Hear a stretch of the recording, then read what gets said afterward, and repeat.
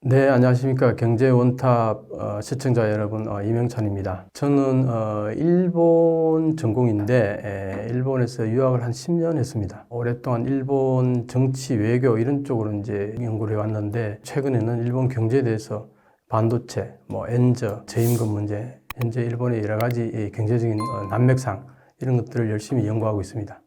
최근 일본 경제가 굉장히 지금 또 강세에 있기도 한데 그거에 대해 평가를 어떻게 내리신지 궁금합니다. 지금 일본이 주식이 많이 오르니까 가장 높았던 버블기 그때의 수치를 능가한다. 그래서 엄청난 호황이다 이렇게 얘기를 많이 하시는데 주식이 오른 건 사실이죠. 많이 올랐고 거기에 대해서 전 세계가 일본이 뭔가 새롭게 이제 변하나 보다 하고 바라보는 시각은 분명히 있습니다. 그런데 이제 그 주식이 오른 데는 몇 가지 이유들이 있어요. 분명히. 몇 가지만 일단 간단하게 말씀드리면은 첫째, 일본 그 상장 회사가 한 3,000개 좀 안팎이라 그러는데요. 거기에서 한 1,800 정도가 PBR 1보다 이하라는 겁니다. PBR 뭡니까? 자기 자산 비율이잖아요. 자기 자산 비율보다 주식 가격이 떨어지는 그런 회사가 1,800개 정도 된다는 거예요. 60% 정도가 자기 자산보다도 그 주가가 더 하락되어 있었다. 그러니까 여기서 이제 도쿄 증권 거래소에서 어떻게 보면 약간 강제적으로 PBR 1 이상으로 만들어라. 그렇지 않으면 퇴출시키겠다. 이런 얘기까지 이제 나오기 시작하면서 어떻게 되겠어요, 그러면? 그 상장사들이 PBR 1 이상으로 올리기 위해서는 회사 여러 가지 경영 개혁도 해야 될 거고 아니면은 자사 주식을 매입하는 수밖에 없겠죠. 그렇게 해서 올리는 수밖에 없겠죠. 이게 이제 전 세계에 알려지면서 일본의 주가는 앞으로 오를 수밖에 없다. PBR 1 이하는 무조건 오를 거다. 그런 생각이 이제 있었겠죠. 거기에 대한 투자들이 많았고 또 하나는 이제 엔저가 되어 가지고요. 제가 여러 번 말씀드립니다. 달러 같은 경우에는 최근 한 30년에 GDP 한 2.5배 정도 찍어냈다고 본다면은 엔은요 한 15배 정도 찍어냈다고 합니다. 그럼 어떻게 되겠어요? 돈이 엄청나게 많이 풀렸죠, 시중에. 그 돈이 다 어디로 가겠어요?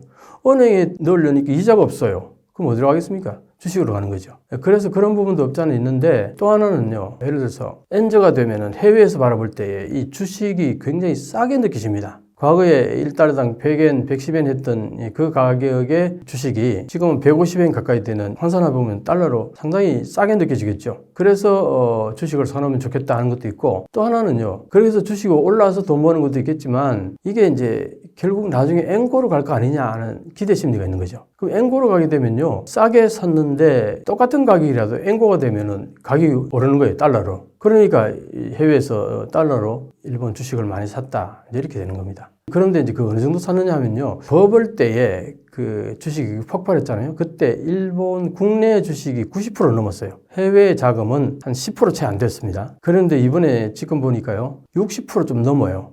해외 자본이 전체 일본 그 주식 시장에. 그러니까 어떻게 보면 해외에서 많이 구입했다는 거죠. 그 해외에서 많이 구입한 것 중에는 예를 들면은 워렌 버핏이 일본 주식을 샀다. 그래서 그게 많이 화제가 됐었죠. 그 화제가 됐던 이유가 이제 표를 한번 보시면요. 이때가 90년대 이렇게 거품기 갔다가 이렇게 꺼지면서 이렇게 쭉 이렇게 갔는데 그때 달러를 보면은 다우 주식은 이렇게 쭉 올라갑니다. 이걸 이제 같은 가치로 놓고 한번 보면 이런 겁니다. 90년대 같이 출발해서 보면은요, 일본 주식은 이렇게, 오히려 이렇게 슬 꺼지다가 이제 슥 좀 올라온 거예요. 여기에 비하면 뉴욕 다우 지수를 한번 보세요. 이게 폭발적이죠. 여기에 비하면은 일본이 지금 주식이 가격이 올랐다고 하지만 이 차이 느껴집니까? 이렇게 차이가 난다는 거죠. 그러니까 사실은 니케이 지수가 평균 주가가 많이 올랐다고 하지만 뉴욕 다우 지수에 비하면은 정말 미미하다는 얘기입니다. 그러니까 이게 수치로 보면은 너무 지금까지 저평가됐다가 이제 좀 올라가니까 거기에 대해서 와와 하는데 객관적으로 보면은 그렇게 대단한 건 일단 아닌 거고요. 또 하나는 이제 일본 주식이 이렇게 많이 오른 데는 조금 전에 말씀드렸습니다만 해외 투자가들이 많이 투자했다는 거잖아요. 그러면 주식이 오르면 누가 돈 법니까? 해외 투자자들이 돈을 많이 벌겠죠. 또 하나는 상기할 만한 것은 지금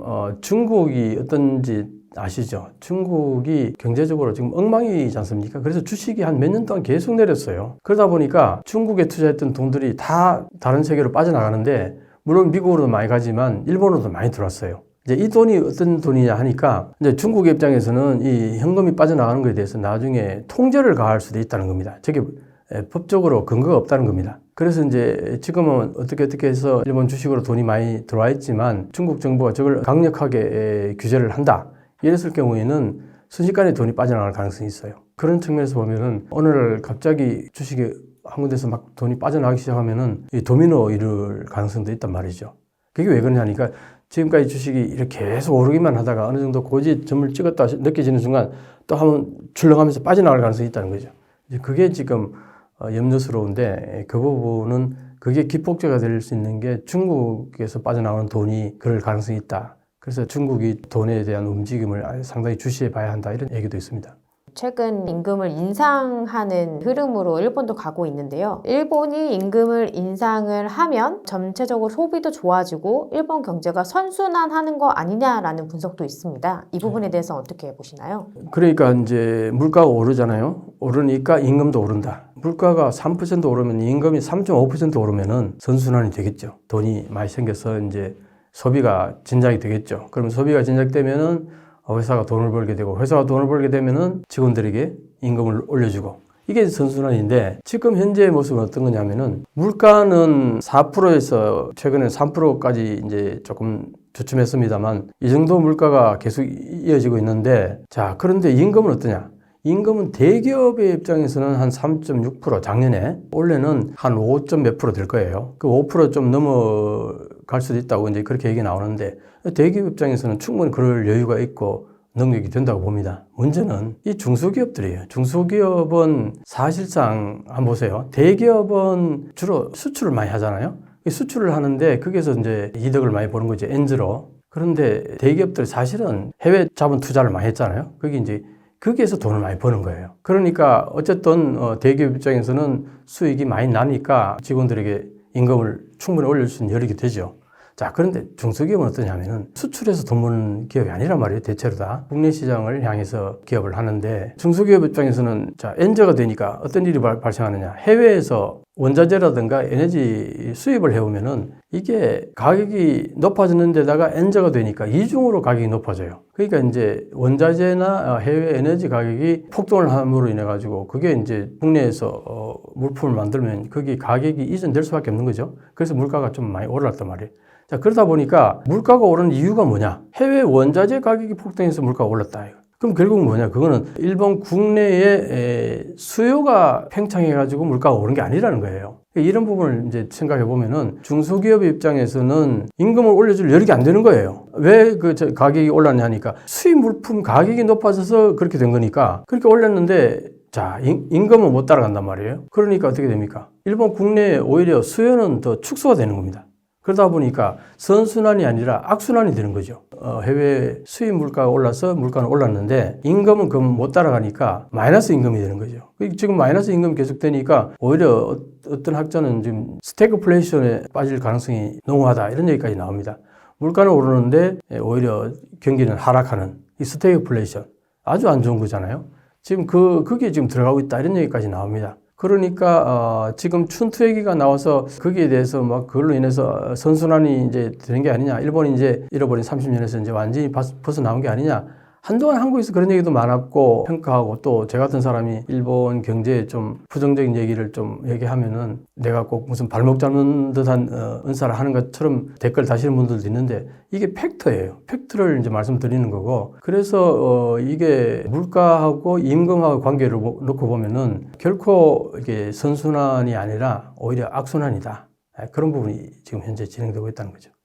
최근 일본 부동산 시장도 굉장히 오르고 있다고 하는데요. 중국발 자금 유입과 일본 부동산 시장과의 연관성에 대해서 좀 설명 좀 부탁드려요. 제가 이제 최근에 그런 글들을 좀 많이 봤습니다. 몇 년 전에는 꽤 중국에서 도뭉치 들고 와가지고 일본의 건물들을 한 동체 사요. 이제 일본에는 주로 맨션이라고 그러잖아요. 그 맨션이 보통 보면 5층에서 높아봐야 7층, 10층까지도 안 올라가요. 보통 5층짜리가 많은데 그걸 한 동을 사가지고 어떻게 하느냐. 다닥다닥다닥 입주를 시키는 거예요. 그런 거예요.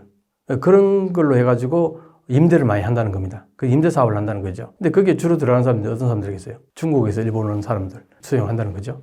그런 것도 있고 또 하나는 이제 1급 관광지에 가서 내가 2019년도에 한 10개월 정도 일본에 있으면서 과거에 일본의 1급 관광지들 가보니까 이게 호텔이나 이런 데 사람들이 거의 없어요. 완전히 죽은 거죠. 그 관광지가. 그런 데 가보면은 이제 대부분이 있는 사람들이 중국 사람들이에요.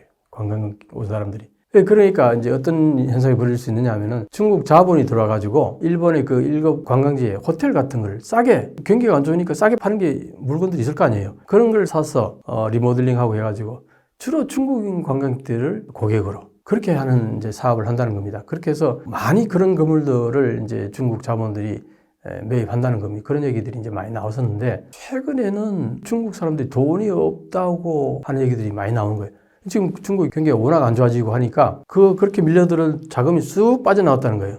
더 이상 안 들어온다는 거죠. 빠져나가겠다기보다는. 그래서 지금은 중국이 오히려 돈 많았다고 하는 사람들에게 얘기 들어보면 다 돈이 없다는 소리밖에 안 들린다는 거예요. 그런 흐름이 이제 한번 지나갔는데 그러면 일본의 저 부동산이 오르는 이유는 뭐냐? 그것도 이제 시골이나 지방으로는 거의 안 오르는 거고, 뭐 그건 한국도 마찬가지입니다만 도쿄에서 이제 그것도 아주 좋은 지역만 이제 가격이 급상승하는 이런 것들이죠. 거기는 대부분 여전히 역시 이제 엔저로 인해서 엔화가 돈이 많이 풀리니까 그게 다 이제 부동산으로 간다는 거죠. 부동산이나 주식으로. 지금 이제 부동산과 주식 가격이 막 오르는 이유는 결국 엔저 현상에 더불어서 엔화를 마구 찍어내니까 그 돈의 양이 많아져서 그쪽으로 흘러 들어간다 이제 그런 얘기인 거죠. 현재 슈퍼엔저가 계속 지속되고 있는 이유랑 이러한 슈퍼엔저가 일본 경제에 미치는 좋은 점과 나쁜 점을 조금 나눠서 설명해 주시면. 일본이 왜 금리를 마이너스 금리까지 낮췄을까요? 사실 마이너스 금리는 일본 은행이 가지고 있는 전체 자산의 한 5% 정도밖에 안 된답니다. 나머지는 제로 금리인데 대부분이 제로 금리에 해당되는데 그럼 그걸 왜 그렇게 금리를 낮췄느냐? 결국은 뭐겠어요? 경기가 안 도니까 정부 입장에서는 금리를 낮출 수밖에 없죠. 그래서 기업들이 저금리로 많이 융자를 해서 그걸 투자를 해서 경기 활성화시키라는 차원에서 아베 총리가 그때 아베노믹스를 하면서 뭐 금리를 완전히 낮추면서 돈을 마구 풀어내면서 그렇게 했는데 그게 원했던 대로 전혀 가지 않았다는 거 아닙니까? 그렇게 해서 금리를 낮춰주고 무한정으로 돈을 빌릴 수 있는 그 여건이 되면은 많은 기업들이 투자를 많이 해서 생산성 높여서 경기 활성화되도록 그렇게 가야 되는데 그걸 바라고 그렇게 경기 활성화되면은 기업이 그렇게 해서 돈을 많이 벌면은 임금도 올라가고 임금 올라가면 수요도 창출되고 또 수요가 창출되면은 다시 또 기업에 이익이 생기고 뭐 이렇게 이제 선순환되는 걸 노리고서 금리를 낮췄는데 이게 그런 사이클이 전혀 안 왔단 말이에요. 그럼 현재 지금 그 사이클로 들어갔느냐? 조금 전에 제가 설명드렸듯이 이게 물가가 올라간 게 내부에 어떤 수요가 많이 창출돼서 물가가 올라간 게 아니고 해외 수입 물가가 단가가 높아서 올라간 물가란 말이에요. 그래서 일본 은행이 이게 한참 올라갔을 때 20개월 가까이 계속 올라갔는데도 왜 마이너스 금리나 금리 인상 안 하느냐 했을 때 일본 은행의 논리가 이거였어요. 이거는 일본 국내 수요가 팽창이 돼서 물가가 올라간 게 아니다. 해외 물가가 높아져서 수입 물가가 높아져서 그게 반영된 거기 때문에 금리를 올릴 수 없다. 그 논리로 설명을 했거든요. 근데 거기서 바뀐 게 있느냐 이거. 지금 바뀐 게 없어요. 제가 오늘 녹화하는 이 18일하고 19일 지금 일본 은행에서 모임이 있어요. 거기에서 마이너스 금리를 해지할지도 모른다는 얘기가 강력하게 지금 나오고 있는데 이번이 3월 달에 안 되면 4월 달쯤에는 마이너스 금리는 최소한 해지할 거다고는 관측이 다수예요. 이제 마이너스 금리는 해제가 되면은 금리가 오르는 게 아닌가 그런 이제 추측들을 많이 하는데 시장에서는 그런데 이제 일본 은행에서는 고민이 되게 많을 겁니다. 마이너스 금리 해제한다고 해서 조금 전에 말씀드렸듯이 영향을 받는 건 한 5% 정도밖에 안 돼요. 이 전체 자금에. 그러니까 미미하단 말이죠. 그러면 사실은 이제 이거는 어떤 의미를 가느냐면은 어떤 시장의 심리적으로 이제 일본이 금리를 올리기 시작했다. 그 하는 신호로서는 엄청나게 이제 효과가 있다 그래요. 자, 그런데 일본은행이 뭐라고 얘기했냐면은 초완화 정책은 계속하겠다 그래요. 마이너스 금리를 해제하더라도 초완화 정책은 계속하겠다. 그건 뭐냐? 0% 금리를 올리지 않겠다는 얘기나 마찬가지거든요. 그러면은 마이너스 금리 아까 말했듯이 한 5% 정도밖에 안 되는 이거 해제해봐야 영향력은 미미할 거란 말이죠. 자, 그럼 어떤 현상이 벌어지냐? 그렇게 해서 신호를 줬는데 앵고로 안 가네? 이런 현상이 벌어지는 순간 기대치가 이제 없어지는 거예요. 일본은행이 쓸 수 있는 이제 카드는 별로 없다. 그렇게 되는 순간 엔저로 쑥 갈 가능성이 많다고. 이걸 이제 우려해요. 그래서 일본은행은 계속 앵고로 갈 수 있는 어떤 여지를 남기는 발언들을 계속 하긴 하는데 실제적으로 할 수가 없어요. 그게. 사실상 일본이 금리를 올리는 순간 엔저가 멈추겠죠. 앵고로 가겠죠. 근데 일본이 금리를 못 올리는 이유가 있어요.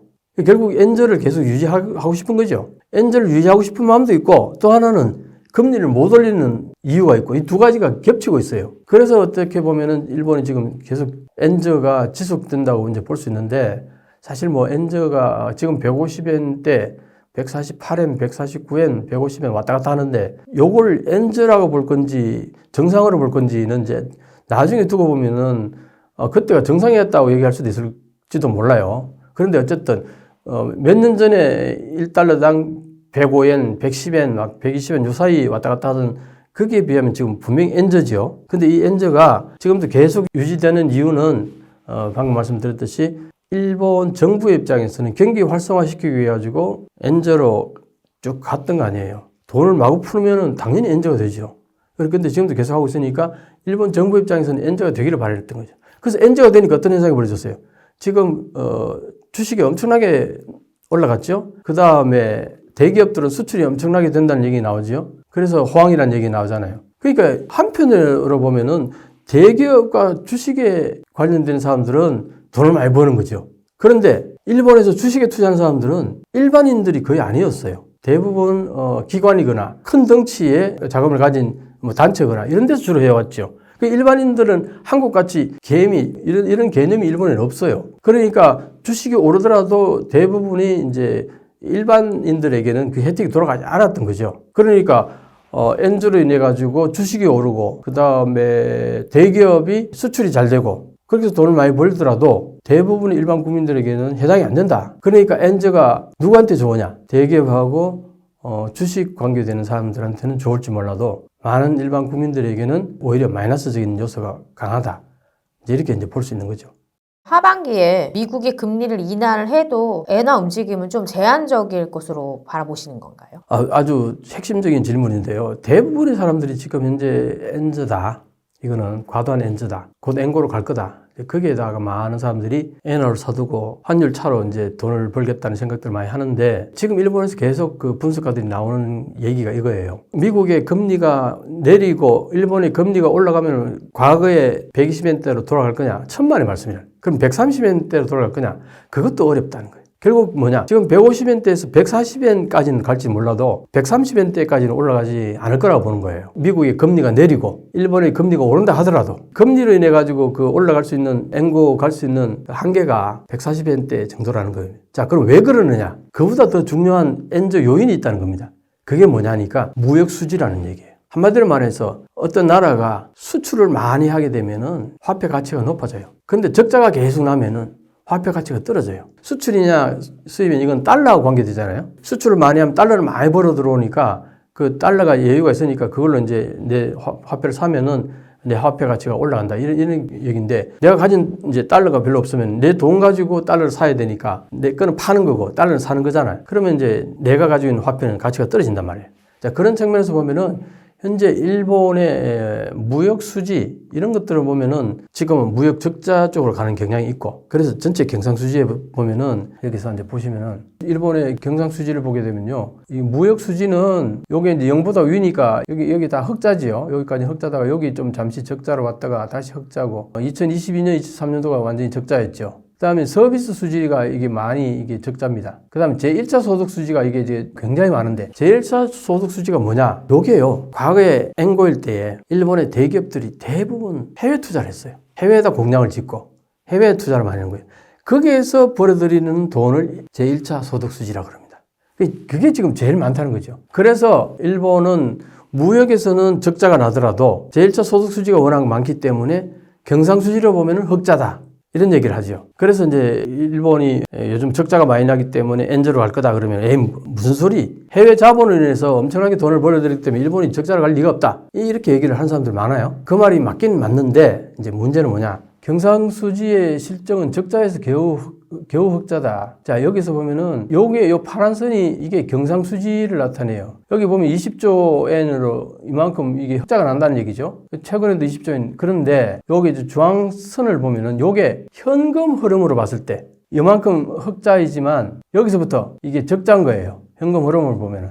여기 다시 흑자로 갔다가 2022년, 2023년 적자잖아요. 이게 뭐냐니까 해외 투자한 돈은 재투자되고 거기서 벌어진 달러가 국내로 안 들어온다는 거예요. 그 달러가 국내로 다 들어가지고 그 돈이 다 임금 지불하고 뭐 일본에서 뭐 하는데 엔화를 다 사야 엔화 가치가 올라가는데 해외에 있는 달러가 국내로 안 들어온다는 거예요. 한 30% 정도밖에 안 들어온답니다. 그걸 빼면은 주황색 선이 이게 이제 현금 흐름으로 봤을 때 경상수지라는 거예요. 그래서 이 경상수지가 계속 적자가 되면은 엔저가 계속 되는 거죠. 이게 되게 중요한 얘기라는 겁니다. 그래서 이게 일본이 지금 구조화된다는 얘기인데, 자, 그럼 왜 이렇게 해외에서 그렇게 돈을 많이 벌어들인데도 불구하고 적자가 많이 나느냐, 현금 흐름으로. 직접 투자와 정권 투자. 과거에는 정권 투자가 많았기 때문에 정권 투자는 어떠냐? 내가 해외 정권 투자해 놓으면 이자가 딱 생기면 바로 그게 달러로 바로 내한테 들어오잖아요. 그럼 100% 다 들어오는 거예요. 그 해외 투자했던 돈에서 이자가 생기고 그 이익률 배당이 내한테 통장으로 바로 찍혀 들어오는 거예요. 그러니까 100%다 현금이 들어오는 거잖아요. 그래서 그게 이제 경상수지에 그대로 적용이 되는데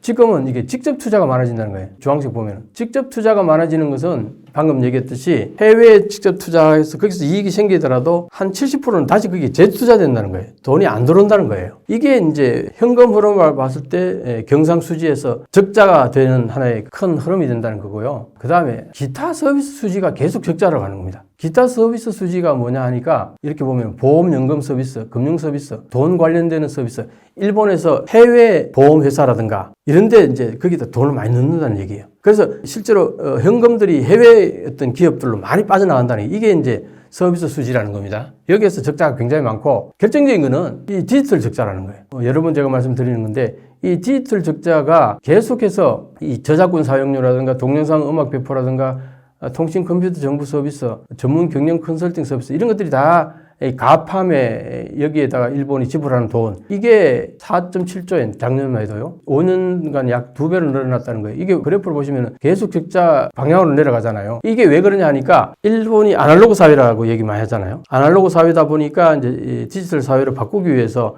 이렇게 많은 돈을 투자하는데 이게 쉽게 가지가 않는 거예요. 일본 사회 그 엄청난 아날로그 사회를 디지털로 바꾸려면은 사실 디지털청이 만들어졌어요. 일본에서. 그 디지털청이 기능을 제대로 해야 되는데 지금 거의 2년 정도 됐는데 기능을 제대로 못하고 있어요. 그러니까 사회 전체가 한꺼번에 일사불란하게 디지털로 확 바뀌어야 되는데 이게 안 되니까 곳곳에서 파편적으로 미국 회사에다 돈을 지불하는 이런 형식이 돼버리니까 여기에 디지털 적자가 엄청나게 발생한다는 겁니다.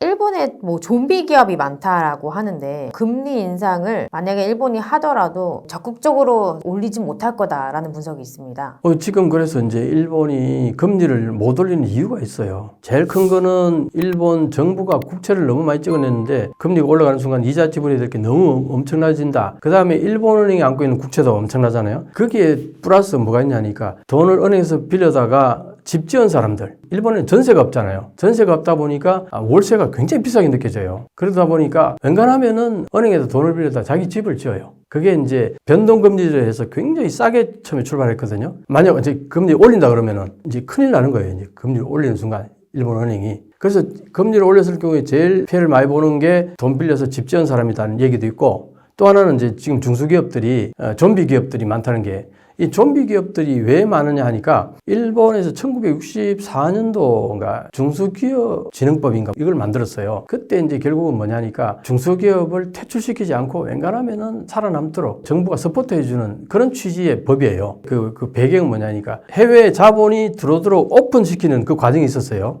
일본에서. 그 과정 속에서 이제 만약에 그 자본들이 쏟아져 들어와가지고 대기업에서 집단 해고가 많이 생긴다. 이제 그걸 가정해서 그랬을 경우에 중소기업에서 그 흡수할 수 있도록 그 중소기업 진흥법 같은 그런 개념의 법을 만들었어요. 그러니까 이제 웬간하면 중소기업이 살아남도록 하기 위해서 만들어진 법이에요. 근데 이 법이요. 지금까지 쭉 이어져 오면서 기업 수가 엄청나게 늘어난 겁니다. 그런데 보면은 사장 한 사람의 직원들이 뭐 4-5명 정도 되는 이런 기업들이 굉장히 많다는 겁니다. 엄청나게 많아요. 이 기업들은 통계치를 보니까 61.7% 정도가 이익을 남기지 못하는 기업이라는 거예요. 중소기업 중에서. 그럼 이 기업들은 그동안 어떻게 버텨왔느냐? 은행에서 거의 금리를 지불하지 않고 이자를 지불하지 않고 돈을 빌릴 수 있고 그러니까 그걸 가지고 활용하면서 버텨왔는데 이게 이제 이자 올라가는 순간 이게 견디지를 못한다는 거죠. 그래서 그 중소기업들이 그동안 완전히 금리가 제로인 상태에서 자금 융통할 수 있는 그런 어떤 여력이 있었기 때문에 큰 이익을 남기지 않더라도 버텨온 그런 부분이 있다는 거죠. 그리고 또 정부에서 어느 정도 이렇게 보조를 해주고 이런 것들도 굉장히 많았어요. 이 중소기업에 대해서.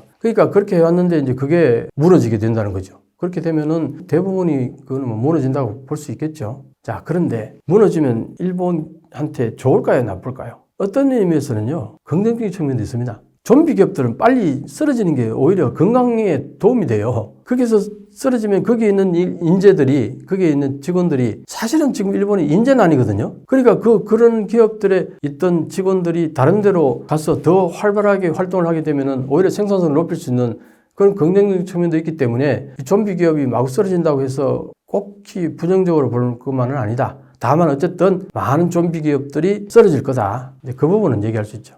일본이 많이 경기가 살아나고 있지만 저성장 국면이 지속되고 있고 한국도 지금 저성장 국면을 진입한 상태인데 일본 경제와 한국 경제 비슷한 점과 다른 점이 있다면? 일본은요, 내수 위주라 그러잖아요. 지금 뭐 대기업은 뭐 사실은 엔저로 인해서 돈을 많이 벌다 그러는데 그 대부분 다 해외 기업들이 돈 벌어요. 해외 자회사들이 돈 벌어요. 그러니까 일본 내에서 돈을 벌어가지고 거기에서 고용이 창출되고 확장되고 이런 측면이 별로 없어요. 대기업들이 그렇게 호황이 되더라도. 그럼 결국은 일본 중소기업들이 다 이제 내수 기반에서 이제 움직이니까 그 내수라는 게 일본이 인구가 계속 줄어들고 아까 말했듯이 임금은 오히려 더 마이너스로 계속하고 그럼 시장이 축소될 거 아니에요. 이게 아주 확장을 될 가능성이 별로 안 보이는 거예요. 미래가 굉장히 암울한 거 아니에요? 그럼 여기 좀비 기업들이 거의 막 한 10% 20% 쓰러져서 오히려 그게 건강한 쪽으로 이렇게 움직이면 괜찮을 텐데 그렇지 않단 말이에요. 지금까지 일본 정부가 사실은 중소기업들을 거의 좀비 기업으로 살아남도록 계속 그걸 떠받들어준 측면이 있다는, 그걸 마약에 견주더라고요. 거의 일본 정부가 하는 게 중소기업들에게 마약을 주는 거나 마찬가지다. 통증을 견디게 해서 겨우 살아남도록 한다 이거죠. 그런 측면에서. 그러니까 일본은 그런 상태라고 본다면 한국은 어떠냐 하면은 한국은 수출 지향 기업이잖아요. 예를 들어서 가장 대표적인 게 지금 삼성이 예를 들면은 반도체 국내에서 소모하는 것보다는 해외 수출해서 돈 버는 게 더 많잖아요. 근데 지금 왜 경기가 안 좋냐? 전 세계가 경기가 안 좋으니까 반도체가 수출이 잘 안 되는 거잖아요. 그래서 지금 돈을 적게 버니까 지금 삼성이 굉장히 힘들어한다. 자, 그런데 이거는 어떤 하나의 그 흐름이 있다 그러잖아요. 이게 이제 내려와서 한참 지나면 다시 올라가는 사이클이 있단 말이에요. 그렇게 되면은 삼성은 또 다시 돈을 많이 벌 거예요. 그건 이제 세계 경제에 따라 가지고 변동성이 있단 말이죠. 그럼 뭘 말하냐면은 내부의 어떤 생산성에 문제가 있거나 자체 기술력에 문제가 있다는 게 아니라 이건 어떤 흐름이라든가 세계 경제의 그 흐름하고 맞물려 있다는 거죠. 그런 것들이 굉장히 많습니다. 우리는 예를 들면은 뭐 지금 삼성의 예를 들어서 가전제품 같은 것들, LG의 가전제품 어떻게 보면 전 세계에 석권하고 있잖아요. 그런데 그게 업적이 나쁘다는 거는 전 세계 경제가 별로 안 좋으니까 수출이 덜 되는 건데 전 세계 경제가 좋아지는 순간 수출은 될 거 아니에요. 그럼 왜야? 좋은 제품을 가지고 있다는 거예요. 있는데 시장이 지금 안 좋으니까 돈을 우리는 못 버는 거잖아요. 근데 일본은 그런 게 없어요. 그렇게 좋은 제품을 수출할 수 있는 그런 게 없단 말이에요. 다 국내용이란 말이에요, 대부분. 그 차이가 이제 분명히 있는 거죠. 예를 들면 우리는 뭐 또 그 외에도 조선 같은 것들도 지금 뭐 한국의 조선이 지금 3년치 이미 다 수주를 다 받아놨다 그러는데 이익을 이제 얼마나 남기느냐 그 문제는 있긴 한데 전 세계가 한국의 조선업을 최고로 친단 말이에요. 지금 미국의 분함도 지금 한국에서 만들 가능성도 상당히 지금 내비치고 있고 그렇게 보면은 우리 기술력이라든가 이런 어떤 생산력은 충분히 갖춰져 있다는 거죠. 세계 경제하고 우리는 밀접하게 맞물려져 있기 때문에 세계 경제가 좋아지면 우리는 급상승한다는 거죠. 그런 차이가 이제 일본하고 분명히 있는 거고 또 하나는 이제 예를 들어서 우리 같은 경우는 일본하고 다른 게 극명하게 다른 게 디지털화 되어 있다는 거. 일본은 아날로그 사회잖아요. 이 디지털화 되어 있는 거는 전 세계가 디지털화 되어 있기 때문에 그게 어떻게 세계 기준하고도 우리는 제품들을 맞춰서 나간단 말이에요. 그러니까 일본은 수출 제품이 별로 없어요. 그런데 거기에 비해서 우리는 수출 부분이 많다. 그래서 세계 경제가 어느 정도 활성화되고 좋아지는 순간 우리는 급상승할 가능성이 많다. 그 중에 대표적인 게 중국이죠. 중국이 지금 저렇게 헤매고 있으니까 우리가 과거에 일본에게 수출하는 액수와 미국에 수출하는 액수를 합해도 중국에 수출하는 액수에 못 미친다 그랬잖아요. 그랬던 게 지금 완전히 곤두박질 쳐 있으니까 지금 한국이 이렇게 어렵고 힘든 거잖아요. 근데 중국이 계속 저렇게 오래 갈까? 물론 당장 뭐 회복은 안 된다 하더라도 분명히 중국도 어느 정도 회복할 거란 말이에요. 그때는 또 한국 경제가 중국의 수출을 또 많이 하게 되면은 그건 금방 또 살아날 수 있다. 그런 차이는 분명히 있다고 봅니다. 일본하고 중국하고. 미중 갈등과 일본 경제의 수혜의 연관성에 대해서 좀 설명해 주시면 감사하겠습니다. 과거에 반도체를 보면은 7, 80년대 일본이 전 세계를 석권한다 할 정도로 굉장했죠. 그 당시에 뭐 반도체 시가총액을 10분까지 보면은 거기 한 5개 업체가 일본 업체였단 말이에요. 그러다가 이제 지금은 뭐 하나도 없지만 이제 왜 그렇게 됐느냐. 과거에 그 냉전 시대 때 냉전의 영향을 일본이 많이 받았던 거예요. 미국이 뭐냐 하니까 일본이 패전하고 나서 일본을 규제하고 벌칙을 가하려고 들어갔다가 냉전이 터지면서 다시 일본을 살려야겠다는 쪽으로 이제 가게 된단 말이에요. 그러니까 결국은 냉전 시대 때는 미국이 일본을 키워준 거예요. 그래서 그때 일본이 많이 컸다는 거죠. 그랬는데 냉전이 끝나갈 때쯤 되니까 이제 일본을 키워줘야 될 이유가 없는 거예요. 그러니까 냉전이 끝나고 미국이 이제 우리는 그 냉전에 엄청나게 에너지를 쏟다 보니 경제가 피폐해졌는데 일본 혼자 어부지리로 돈을 엄청 벌었더라 이거예요. 그래서 그때부터 이제 미국이 일본을 제재를 가하기 시작한 거죠.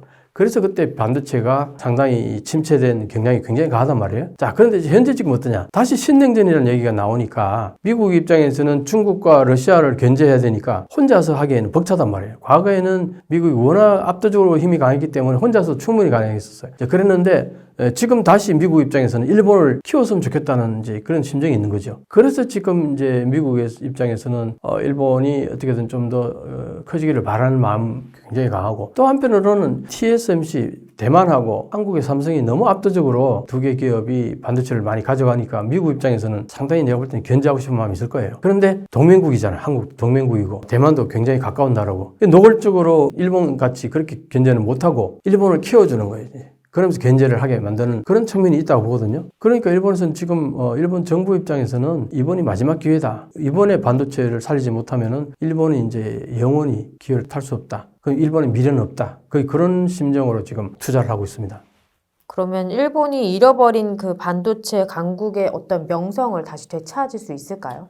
지금 최근에 나온 그 기사를 보면요. 한 5조 엔 정도 투자를 하고 있어요. 엄청난 돈을 지금 막 쏟아붓고 있습니다. 그렇게 하는 이유가 방금 말씀드렸듯이 일본 정부 입장에서는 이번이 마지막 기회라고 보는 거죠. 지금 이게 흐름 탔을 때 반드시 잡고 올라서야 된다. 근데 사실은 일본이 과거에 한번 정점에 갔던 기억도 있고 그리고 소재, 부품, 장비 뭐 이쪽은 세계적인 기술을 가지고 있으니까 그걸 가지고서 잘 기회를 타면은 가능하겠다 생각하는 거죠. 실제로 그리고 이제 소재하고 장비 같은 경우는 엄청나게 지금 팔리고 있어요. 왜냐? 전 세계 반도체가 공장들이 엄청나게 많이 짓는데 그 많이 지으면 나중에 소재하고 장비들이 다 필요할 거 아니겠어요? 그러니까 일본의 주가가 일본의 반도체 소재 장비 주식이 끌어올린다 해도 과언이 아닙니다. 그 얘기를 많이 해요. 일본에서. 그런 측면에서 보면은 굉장히 지금 일본 입장에서는 흐름을 탄 거죠. 자, 그런데 소재 장비라는 거는 어디까지나 우리가 요리를 예를 들면은 재료가 필요하겠죠. 무, 배추 자, 이런 것들이 아무리 좋아봐야 재료일 뿐이잖아요.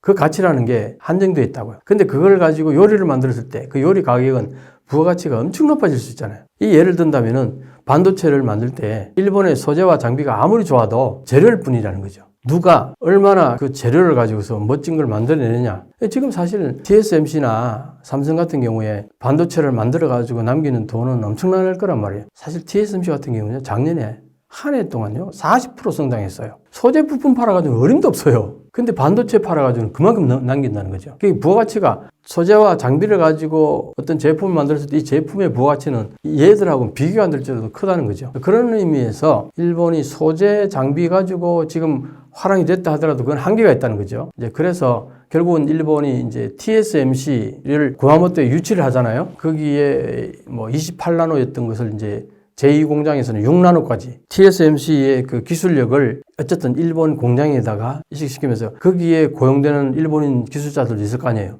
그럼 그 기술을 배울 수 있는 거 아니에요. 그럼 결국은 그게 나중에 이제 일본의 반도체 만들 수 있는 기술자가 양성이 된다고 보는 거죠. 그래서 적극적으로 유치를 하는 거죠. 거기에 보조금도 엄청나게 지불하고 그리고 그 TSMC를 유치함으로 인해 가지고 거기에 필요한 인재들 양성하기 위해서 학교들을 계속 만들고 있어요. 이런 것들이 있음으로 인해서 일본의 반도체에 관련되는 인재도 양성이 되는 거고 소재 부품도 굉장히 활성화되는 거고 그런 측면이 분명히 있으니까 일본 정부가 저렇게 많이 투자를 하는 거죠.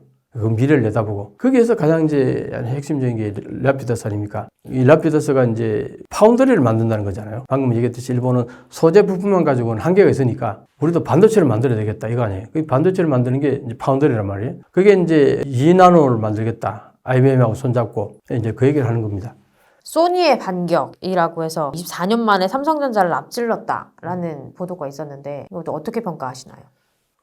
이제 뭐 소니는 과거에 뭐 전자제품은 다 이제 망하고 콘텐츠 쪽으로도 옮겨가고 그다음에 남아 있는 게 지금 그 센서 있죠. 카메라 센서. 거기에 지금 전 세계적으로 애플 핸드폰에다가 소니 센서가 들어가는 거 아닙니까? 거기서 돈을 이제 많이 버는 거죠. 지금 이제 TSMC가 구마모토에 공장을 짓는 게 바로 소니하고 그 소니 센서를 만드는데 그 필요한 반도체를 만들기 위해서 그게 유치를 한 거예요, 사실상. 그러니까 그게 이제 폭발적으로 이제 증가할 가능성이 많은 거예요, 수요가. 그런 것 때문에 이제 돈을 버는 것도 있고, 어쨌든 그 반도체 관련되는 쪽으로 이제 이게 시장이 팽창하니까 소니가 많이 이제 이득을 보는 거죠. 그런데 소니가 이렇게 올라가더라도 삼성은 여위에 있다가 삼성이 푹 꺼졌어. 삼성은 푹 꺼지고 소니는 좀 올라오고, 그래서 이게 교차 곡선이 만들어진 거죠. 삼성이 계속 이제 정상으로 올라가게 되면은 또 한참 벌어지겠죠. 차이가 나겠죠. 그래서 뭐 삼성이 지금 당장 소니한테 뒤처졌다, 그런 차원의 얘기는 아닌 거죠. 삼성이 TSMC를 견제하기 위해서 일본 소부장 기업이랑 협력을 강화하는 전략을 구사하는 부분에 대해서는 어떻게 좀 판단하고 계신지 궁금합니다. 아니, 삼성이 이제 TSMC하고 경쟁을 하는 건 맞는데, 지금 현재 입장에서 보면요, 일본에서 TSMC하고 엄청나게 손잡고 뭘 하잖아요. 근데 뭐 일본이 소재 장비 쪽에서 삼성하고 손잡고 TSMC와 경쟁한다는 게 구도가 형성될 수가 없는 거죠. 뭐 일본 입장에서는 TSMC하고 삼성에게 번갈아 가면서 소재 장비를 경쟁적으로 팔 수도 있는 거고, 그렇기 때문에 그것 가지고 경쟁을 한다, 그 구도는 성립되지 않을 거라고 나는 보고, 다만 이제 어떻게 보면은 지금 현재 일본에서 그런 얘기가 나왔었어요. 미국 IBM하고 손잡고 래피더스 만든다 그러고, 그 다음 TSMC 유치해가지고 구마모토 공장을 짓고, 막 그러니까 이제 미국과 대만과 일본이 손잡고 중국 견제하고 한국도 견제한다, 이런 얘기까지 나왔었어요. 한국이 뭐 고립화된다, 이런 얘기 막 그렇게 기사를 쓴 사람들도 많았었어요. 그러니까 이제 삼성 입장에서도 지금 이제 요코하마에다가 연구소 이제 만들고 일본 정부로부터 지원금도 받고 이렇게 하잖아요. 그런 거 보면은 이제 삼성 입장에서도 어쨌든 거기에서 그 안에 들어가서 같이 뭔가를 할 수 있는 교두보를 만드는 건 필요하겠죠. 그런 측면에서는 삼성도 그 이너서클에서 벗어나지 않도록 노력하려고, 그 전에 뭐 G4라 그러고 뭐 그랬었잖아요. 그러니까 삼성 입장에서는 일본 소재 장비 뭐 필요할 부분도 분명히 있을 테고, 일본하고의 관계를 계속 잘 해나가서 같이 뭔가 가고 싶은 그런 부분도 있겠죠. 물론 몇 년 전만 해도 일본이 소재를 삼성에다가 제재를 가했으니까 그 응어리가 꽤 이제 있을 수도 있겠지만, 사업면에서 보면은 삼성 입장에서는 일본의 그 소재 장비하고 관계를 돈독하게 해놓는 건 좋지 않겠나, 뭐 그런 측면에서 계속 관계를 이어나가겠죠. 그 일본 정부가 키우는 라피더스가 AI 칩을 만든다고 하는데, 라피더스가 이제 새로 만들어진 회사잖아요. 파운드리라고요. 일본에 없던 파운드리, 이제 공장을 짓는다는 거잖아요. 근데 이게 이제 왜 갑자기 이게 생겼냐니까, 여기 보면 IBM 있죠. 이 IBM이 어느 날 라피더스의 지금 회장하고 사장한테 전화를 한 거예요. 우리가 2나노 만들 수 있는 기술이 있으니까 제공해 줄 테니까 이걸 만들어 수 있겠느냐 하고 이제 타진한 거죠. 사실은 IBM도 옛날에 공장이 있었는데 그게 잘 안 돼가지고 이제 철수해버리고, 지금 보면은 소위 말해서 외주 주는 거잖아요. 그죠? TSMC하고 삼성하고 여기에다가 이제 외주를 줘가지고 지금까지 반도체를 만들어 왔는데, 이걸 이제 하나 넓힌 거라고 봐야 되죠. TSMC도 주고 삼성에게도 주고 일본에도 하나 주고 싶은 거예요. 그래서 너 만들어봐라, 래피더스. 그 일본 입장에서는 하늘에서 천우신조 같은 신호가 떨어진 걸로 받아들이는데, IBM 입장에서 볼 때는 세컨드, 서드인 거예요. TSMC가 있고 삼성이 있고. 근데 TSMC는 보니까 이게 위험한 거거든요, 중국과의 관계가. 이게 좀 불안하니까 삼성에도 이제 다리 걸쳤는데, 삼성이 또 어떤 면에서는 자립하려고 하는 경향이 또 좀 강해요. 그 다음에 이제 경쟁적인 측면도 좀 없지 않아 좀 있고, 그러다 보니까 이제 완벽하게 자기하고 이권이 맞을 일본하고 한번 해보겠다 하고 이제 전화를 한 거라고요. 그런 의미에서 보면은 래피더스가 굉장히 엄청난 걸 막 이렇게 그리는 것은 내가 볼 때는 일본의 입장인 거죠. IBM 입장은 좀 다른 것 같아요. IBM 입장에서는 그 라이센스를 팔아먹는 거나 마찬가지예요. 2나노 기술을, 그 지적 소유권을 줘가지고 거기서 이제 미션을 받아먹는 거 아닙니까? 그렇게 해서 돈 버는 것도 있으니까, 뭐 어차피 IBM이 투자하는 게 아니니까 위험 부담도 없고, IBM 입장에서는 일본한테 제안한 건데 일본이 덜컥 하겠다 그러니까 엄청 좋은 거죠. 그런 상황이고, 그런데 이제 핵심적인 건 뭐냐니까, 이 라피더스가 목표라는 비즈니스 모델 자체가 이게 성공할 수 있느냐 하는 이제 우려를 계속 자아내고 있는 게, 처음에 2나노 만든다 그랬을 때 일본에서 일본 전문가들 중에 비웃지 않은 사람이 없었어요. 왜냐? 일본의 지금 반도체 만드는 기술은 45나노에 멈춰 있어요. 기술자들이 45나노 만드는 그 기술밖에 가지고 있지 않는데 어떻게 2나노를 만드느냐 이거예요. 그럼 기술자들은 어떻게 할 거냐? 이제 이 문제가 가장 심각했는데, 그것도 그거지만 여기 보면은 과거에 이제 일본의 기업들이 이 반도체가 흥했다가 망하게 되는 이유 중에 하나가 반도체 기획도 하고 설계도 하고 전 공정, 이 반도체 만드는 공정, 후공정은 반도체 만들어 놓은 그 반도체를 이렇게 절단해가지고 거기다 다시 뭘 쌓고 해가지고 후공정 하는 거 있잖아요. 그러니까 설계하고 반도체 만드는 거, 그 다음에 반도체, 만들어진 반도체를 가지고 뭔가 제품을 만드는 요 후공정, 요 세 개를 다 나눠서 했단 말이에요. 이게 다 전문화됐단 말이에요. 90년대 초중반부터 그렇게 됐는데 일본은 그걸 못 따라간 거예요. 그때 일본이 망하게 된 이유가 한 10개 정도 있는 반도체 만드는 전기회사 같은 전자회사가 있다 보면은 각 회사마다 전부 설계도 하고 전공정에서 반도체도 만들고 후공정도 하고 하니까 이게 규모의 경제가 아닌 거잖아요. 그래서 코스트가 많이 드니까 이게 가격이 비싸가지고 경쟁력이 없는 거예요. 그래서 망한 부분이 있단 말이에요. 그때 이제 TSMC는 완전히 반도체 칩만 만들고 미국은 설계만 하고 후공정만 따라하는 공장들이 있고 이게 완전히 전문화됐단 말이에요. 거기에 비해서 일본은 완전히 구멍가게 같아버렸다. 그래서 이제 일본이 쇠퇴했다고 이렇게 이제 보는데 라피드스가 새롭게 목표를 정하는 게 크게 보면은 과거에 일본 했던 모델 그대로예요. 여기 보면은 기획도 하죠. 설계도 전공정도 후공정도 다 라피드스 한단 말이에요. 그 이렇게 하는 거는 이제 뭐냐? 이게 전문성이 떨어질 가능성이 이제 많다고 보는데 그러면 왜 라피드스 이렇게 하느냐? 라피드스가 노리는 건 이거예요. 새롭게 어떤 반도체를 막 필요로 하는 이 어떤 회사가 TSMC에게나 삼성에게 맡긴다. 그 제조를. 그러면은 이게 몇 년이 걸릴 수도 있어요. 설계도를 줘서 요구를 하게 되면 그 레일을 깔고 하는데 몇 개월 걸리고 어떤 경우는 길 경우 6개월도 걸리고 그 양산해가지고 다 하는 데까지 1, 2년 뭐 길면 2년까지 걸린다는 얘기가 있어요. 자, 이러면은 지금 빨리빨리 생산해야 되는데 제품이 필요한데 지금 현재 주문하게 되면 그렇게 시간 타임이 길어진다는 거잖아요. 그러니까 라피드스는 지금까지 대형 고객들은 TSMC나 삼성에게 이미 다 세팅이 되어 있는데 새롭게 생기는 어떤 반도체를 원하는 회사들은 여기에다 맡기는 것보다는 이제 라피드스한테 맡기면 라피드스는 그 시간을 굉장히 단축해 준다는 거예요. 소형으로 만드는 대신 시간을 굉장히 단축시켜 준다는 거예요. 그렇게 해서 뭐 6개월 내에 제품을 만들어 준다든가 여기에다가 장점을 가지고서 하겠다 이렇게 얘기를 한 거예요. 비교가 되는 거죠. 차이점이 확실히 느껴지죠. 그렇게 하려다 보니까 설계 따로 전공 따로 후공 따로 하면 시간이 너무 많이 걸린다 보는 거예요. 그래서 이걸 한꺼번에 한 회사 라피드스에서 전부 다 하겠다는 거예요. 그래서 시간을 단축시켜가지고 고객에게 빨리 제품을 전달해 주는 걸 하나의 장점으로 하는 기업 모델을 만들겠다. 이게 이제 라피드스의 얘기예요. 근데 이거는 다 좋은데 이제 문제는 뭐냐니까 아까 얘기했잖아요. 일본이 망했던 이유가 전문성이 없어지면서 망했다는 부분이 있었잖아요. 근데 이걸 다시 한 회사에서 모든 걸 다 하게 되면은 과연 이 전문성을 끌어올 수 있느냐 이 문제 하나 하고 또 하나는 그동안 이제 반도체를 요구하는 회사가 이 라피드스에게 주문을 하면은 여기에 지금까지 만들었던 제품이 하나도 없는데 믿을 수 있나? 쉽게 맡기기가 힘들 거 아니에요. 그런 부분에 있어서 굉장히 우려를 많이 했어요. 대부분이 이 라피드스가 성공하기 힘들 거다. 이제 그랬는데 이제 이렇게 함으로 인해 가지고 최근에 어떤 이제 좋은 하나의 신호가 왔나니까 엔비디아가 폭등을 하면서 AI 때문에 필요한 반도체가 엄청나게 GPU가 엄청나게 소요가 됐잖아요. 새롭게 어떤 수요가 창출된 거예요. 그러니까 지금까지 애플이라든가 퀄컴이라든가 이런 식으로 TSMC하고 계속 이어져 오던 그 관계 비직도 가기 힘드는데 지금 뭐 새롭게 뭘 생기는 거는 이 라피드스 같은 데 맡기기가 좋은 거예요. 빨리 또 만들어주고. 그래서 이제 라피드스 입장에서는 고객 확보에 있어서는 굉장히 우려했던 부분이 많이 해소됐다는 거예요. 그런 측면에서 보면은 라피드스한테는 상당히 청신호이긴 한데 아까 말씀드렸듯이 2나노를 만들 수 있는 이 양산 기술을 가진 기술자가 과연 얼마나 여기 라피드스에 고용이 될 건가 그 문제가 굉장히 쉽지 않다. 그런 측면에서 여전히 라피드스는 엄청난 도전인 거죠. 현재 일본의 반도체 굴기를 한국 정부랑 기업은 어떤 자세로 판단을 해야 되고 준비를 해야 될까요? 첫째로 이제 많은 사람들이 우려를 하는 게 이 반도체는 앞으로 경쟁이 엄청나게 치열할 텐데 거기에 또 저 막강한 기술력을 자랑하는 일본이 뛰어드니까 앞으로 엄청 어려워지고 힘들어지는 게 아니냐 우리 반도체가 그것들을 많이 우려를 한다 그러잖아요. 그래서 제가 이제 자주 나와서 말씀드리는 게 일본이 경쟁력이 있는 거는 소재 장비인데 이 소재 장비는 부가가치가 그렇게 크지가 않다. 그 지금 말씀드렸고 그래서 결국은 라피드스를 공장을 만들어 가지고 파운드리를 만들어서 결국은 직접 직접 반도체를 만들겠다는 거잖아요.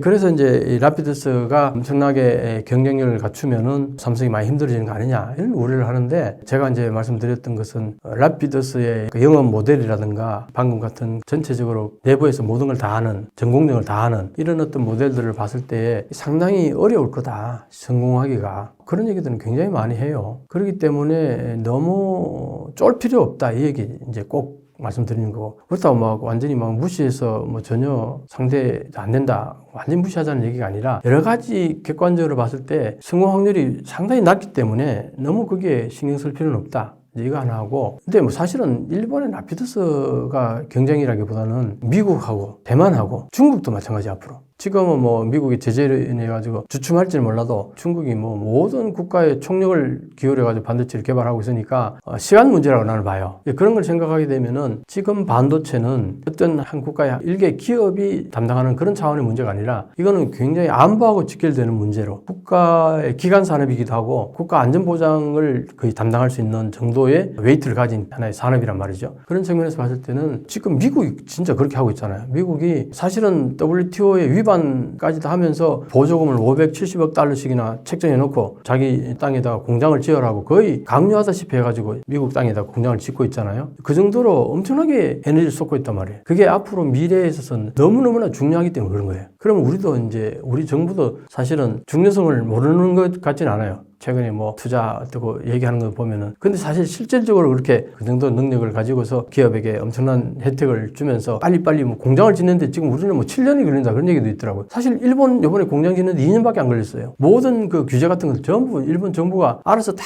해제시켜주고 최적의 조건을 만들어주니까. 옛날에 중국이 그랬잖아요. 중국이 정부가 나서서 투자하고 이런 데에서 막 엄청나게 규제 같은 거 다 풀어주고, 우리는 아직도 그런 규제들이 많다는 거예요. 그런 것들을 이제 정부 차원에서는 빨리빨리 이렇게 스피디하게 뭘 할 수 있도록 많은 규제들을 좀 풀어주자. 국민들 입장에서도 이 부분은 정부가 많은 혜택을 주더라도 대기업에 혜택 준다, 그런 프레임이 아니라 이거는 국가 기관 산업이다. 엄청나게 지금 국제사회, 특히 이제 미국, 대만, 한국, 중국, 일본, 이 동북아에 있어서는 이 반도체는 이거 국가의 운명을 좌지우지할 수 있는 하나의 핵심적인 산업이다. 거기에 대해서 우리가 인식을 같이 해가지고 정부와 기업과 일반 국민이 함께 힘을 모아서 이 경쟁력을 키워나가는 거, 이건 꼭 필요하다. 그렇게 생각을 합니다. 경제원탑 시청자분들과 이렇게 이제 또 두 번째 대면을 하게 됐습니다. 제가 또 하는 채널이 있어요. 한일역전 TV라고. 여기 오시면은 일본의 경제 문제뿐만 아니라 반도체 문제, 엔저 문제 이런 것들이 전부 다 일본의 사회 전체와 관련돼, 정치하고도 밀접하게 관련돼 있고, 그래서 그런 부분, 다각적인 부분들을 다루고 있으니까 제 채널에 오셔서 구독과 좋아요도 함께 해주시면은 고맙겠습니다. 감사합니다.